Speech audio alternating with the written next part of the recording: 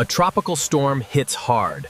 Your first priority is reinforcing your shelter before the winds peak. Secure every corner.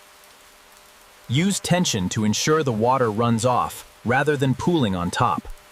I need to divert this water, or the floor will be a swamp in minutes. Keep the fire alive, N. It is your only source of heat to battle the dropping temperatures.